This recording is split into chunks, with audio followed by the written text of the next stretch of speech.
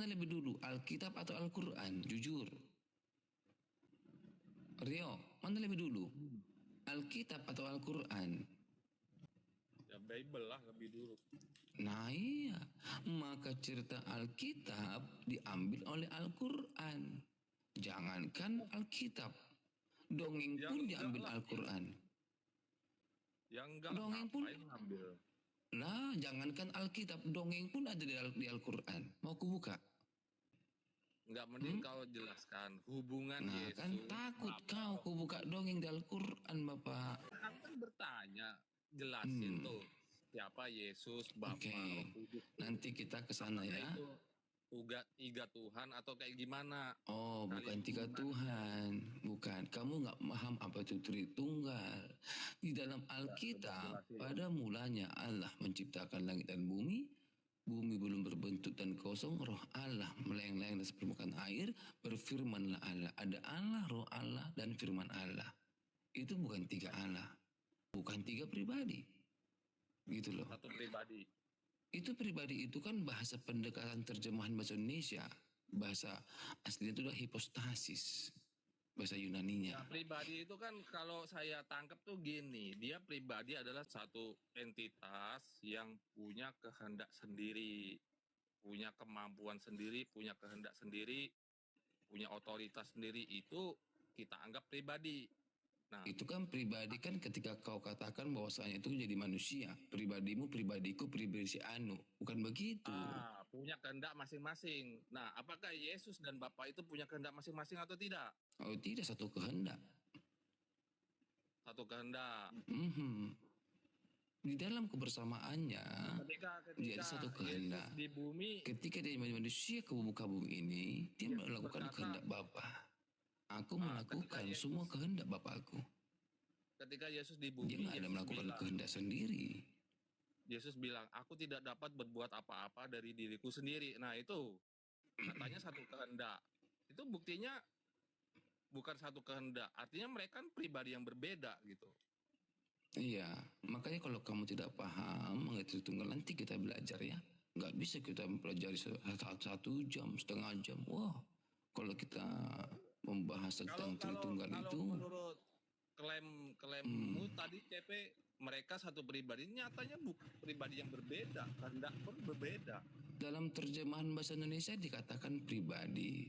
Jadi makna pribadi ini jatuhnya ke personal. Gitu loh. Iya. Tapi kalau jadi dia punya kehendak masing-masing, punya kuasa masing-masing, punya otoritas masing-masing, kan gitu. Iya, tetapi kalau kita katakan personal itu salah. Tetapi hipostasis itu jauh. Sebenarnya tidak ada bahasa Indonesia yang mendekati arti hipostasis. Tidak ada bahasa Indonesia. Maka bahasa Indonesia membuat kata pribadi, gitu loh. Nah, kami itu jujur dalam menerjemahkan. Ketika Tuhan menciptakan langit dan bumi tadi tuh, roh Allah melayang-layang tadi tuh, kamu dibilang kayak gitu kan ayatnya kan. Nah itu adalah tiga pribadi, jadi tiga kehendak, tiga otoritas yang berbeda. Kenapa tiga otoritas? Tidak ada tiga otoritas, tidak ada tiga pribadi, tidak ada tiga kehendak. Kau tambah-tambah Alkitab kami.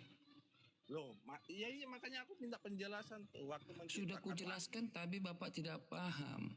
Tritunggal itu adalah Allah yang satu. Dalam keallahan ini ada firman yang kekal, ada roh yang kekal di dalam keesaannya. Itulah tauhid. Firman itu siapa? Yesus kan? Yesus itu firman mengambil rupa manusia. Nah iya kan pribadi yang berbeda dengan Oke lah, nanti kita pelajarin itu ya. Sekarang aku akan membukakan dongeng dalam Al-Quran. Kita buka dulu. Quran lagi. Kenapa? Kamu takut ya kisah Seven Sleepers? Karena kamu nggak paham-paham. Penjelasan siapa Yesus? Gak usah jauh-jauh. Kisah 7 penidur. Biar orang tahu, penonton saya banyak di sini, sekitar 422 penonton. Biar orang Islam paham. Nanti orang Islam boleh diskusi sama saya mengenai apa itu Tritunggal. Nah, teman-teman Muslim mungkin nggak ngerti. Apakah ada dongeng dalam Al-Quran? Banyak sekali. Contoh adalah kisah Al-Quran adalah Al-Kahfi. Kamu Ya, menjelaskan siapa Yesus saja. dikatakan di sini, sabar kau itu. Kamu kan bukan untuk diskusi. Aku katakan dasar dari diskusi mencari kebenaran adalah kejujuran. Kamu tak pernah jujur. Tak pernah jujur kau. Siapa yang datang? Allah atau malaikat? Malaikat. Al-Quran mengatakan Allah. Allah tafsir. Kau pancing saya untuk marah. Malaikat membawa ketetapan keputusan Biji dari mata Allah. kau tidak ada malaikat membawa. Bahasa mana kau pakai itu? Kan kau yang nggak ngerti apa-apa. The Seven Sleepers adalah kisah agama Kristen dan Islam yang menceritakan 7 pemuda yang tertidur lelap di dalam gua selama 39 tahun. Nah, di sini adalah Kristen dan Islam. Kenapa dibawa-bawa Kristen? Karena kisah The Seven Sleepers ini tidak ada dalam Alkitab. Baca kejadian sampai Wahyu. Nasrani Kenapa? kali. Mana Kenapa? ada Kristen di Quran? Nasrani. Iya, nanti kita baca narasi berikutnya, Bapak. Ya, sabar kau di situ. Jadi, kisah The Seven Sleepers tidak ada dalam Alkitab kita. Sampai ayam berpakai helm pun tak bakal ketemu kisah itu. Lantas kenapa bawa-bawa Kristen di sini? Mari kita baca. Para pemuda tersebut bersembunyi dalam gua yang dikatakan berada di perbatasan kota Efesus untuk melarikan diri dari kekejaman Kaisar Decius yang pada saat itu memerintahkan untuk membunuh orang Kristen yang menolak untuk menyembah dewa-dewi Romawi kuno. Manuskrip tertua dari kisah ini datang dari seorang uskup Suriah yang bernama Yakub dari Saruk abad ke-5 sampai abad ke-6. Kisah ini juga ditulis dalam karya Uskup Gregorius dari Tours dan dalam buku sejarah orang Lombard, karya Paulus Diakonus. Dalam Al-Quran, kisah ini diwahyukan ke dalam surah Al-Kahf. Nah, oleh sebab itu Bapak Rio, kenapa cerita Pak Uskup ini sampai ke dalam surah Al-Kahf? Silakan. Memang kejadiannya memang ada mungkin waktu itu. Jadi dimasukkan kisahnya itu di Quran. Kejadian pemuda yang tertidur di dalam gua itu. Ya itu Ada kisahnya. memang ada. Jadi mungkin karena ada itu dimasukkan ceritanya di Quran kan gitu. Bapak, uskup ini bukan berbicara tentang sebenarnya. Ini dongeng beliau. Makanya dikatakan manuskrip tertua dari kisah ini datang dari seorang uskup. Kisah ini juga ditulis dalam karya uskup. No, tidak pernah ada. Ini adalah cerita orang-orang dalam kota Efesus. Ini dongeng. Makanya dalam tradisi Kristen menetapkan nama ketujuh pemuda tersebut sebagai Maximilian, Martinianus, Dionysius, Yohanes, Konstantinus. Ini bukan Yohanes murid Yesus ya. Ini cuma dongeng-dongeng doang. Tidak ada cerita ini dalam buku sejarah. Ini dongeng ini. Dalam The Situ Terai Santai, sebuah kisah perjalanan ke Tanah Suci dari abad ke-6, dikatakan juga bahwa terdapat seekor anjing yang bernama Viricanus. Sedangkan menurut beberapa sejarawan Islam, ketujuh pemuda tersebut bernama Maxelmena, Martinus, Castunus, Bairunus, Danimus, Yatbunus, dan Talmlika, serta seekor anjing bernama Kamir yang dipercaya sebagai satu-satunya anjing yang masuk surga. Banyak ulama yang berpendapat kisah ini terjadi di Suriah. Tetapi ada juga beberapa ahli Al-Quran berpendapat bahwa mereka berasal dari Jordania. Ternyata kisah ini tidak pernah terjadi. Ini adalah untuk membentengi iman Kristen ketika ada orang Romawi memaksa masuk menyembah dewa-dewi mereka. Dikasihlah suatu dongeng. Ayo, kita harus kuat di dalam iman kita. Walaupun orang Romawi memaksa kita masuk dalam iman mereka, Tuhan pasti menjaga kita sebagaimana ada orang 7 tertidur di dalam gua. Nah, makanya dongeng goa, bahasa Inggrisnya cave, masuk diserap ke bahasa Arab menjadi al-cave. Cave ini kan goa, cave, al-cave. Dari dongeng menjadi surah. Gitu loh. Pertanyaanku nggak di Sabar Bapak, berku jelaskan kepada 442 penonton.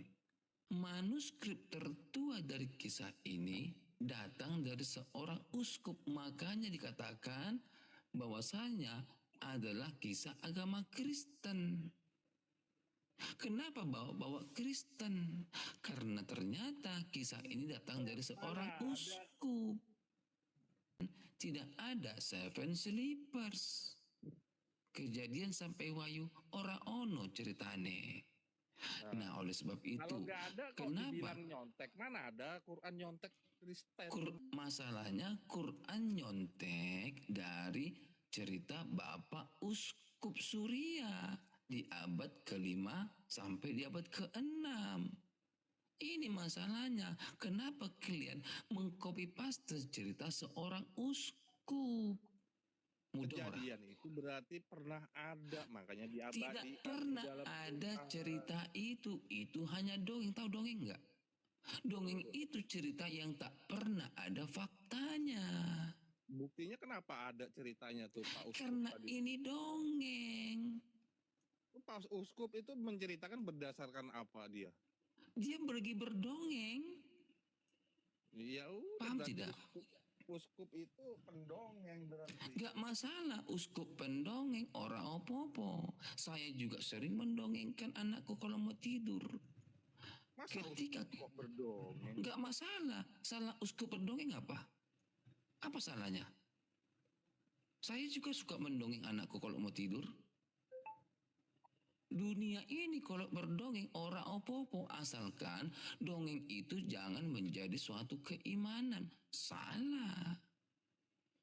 Alhasil Allah itu juga kan mengkutip Anda menganggapnya dongeng. Tapi uskup itu kan bercerita seperti itu, berarti kejadian itu pernah ada. Nggak pernah ada, nggak pernah. Makanya manuskrip tertua dari kisah ini datang dari seorang uskup, manuskripnya. Pernah ada atau enggak tuh? Cara memvalidasinya Tidak ada, Mak. Di mana kuburannya? Itu kayak gimana caranya? Oke, yang pertama adalah cara memvalidasinya adalah satu, contoh kayak lokasinya di mana. Ulamamu aja mengatakan kejadiannya dua pendapat ini. Ada yang mengatakan bahwasanya di Syria, ada yang mengatakan bahwasanya kan begitu. Ulamamu aja berbeda pendapat. Di Syria kali, oh tidak, di Jordania kali. Karena mereka bingung. Daerah Turki kalau nggak salah ya. Lah, orang kami aja mengatakan tidak pernah ada kok. Mau di Turki kayak mau di Efesus kak, memang cerita itu memang tidak ada. Gitu loh. Menurut siapa itu nggak ada? Fakta sejarah cerita itu tidak pernah ada kisah orang tertidur dalam goa. Gitu loh Bapak. Itu kan menulis berdasarkan apa kalau nggak ada? Berdasarkan dongeng. Gimana sih Bapak, gimana sih? Gak mungkin kalau itu dongeng. Berarti sudah memang kisah itu ada dulu. Tidak ada kisah itu. Bapak mau cari bersama saya, tidak ada nama kisah itu. Makanya aneh bin ajaib masuk dalam Al-Quran. Nih Al-Quran nih, kita baca di sini ya. Surah ke-18. Al-Quran surah Al-Kahf dari ayat 1 hingga 26. Ayat-ayat tersebut berbunyi, Al-Kahf ini by the way nama goa, bahasa Inggrisnya goa cave. Maka diadopsi dari bahasa Inggris menjadi bahasa Arab. Al-Kahfi, Al-Kahf. Kita baca di ayat 9. Apakah engkau mengira bahwa orang yang mendiami gua dan yang mempunyai rakim, apa rakim, anjing itu termasuk tanda-tanda kebesaran kami yang menakjubkan. Ingatlah tatkala pemuda itu mencari tempat berlindung di dalam gua, lalu mereka berdoa,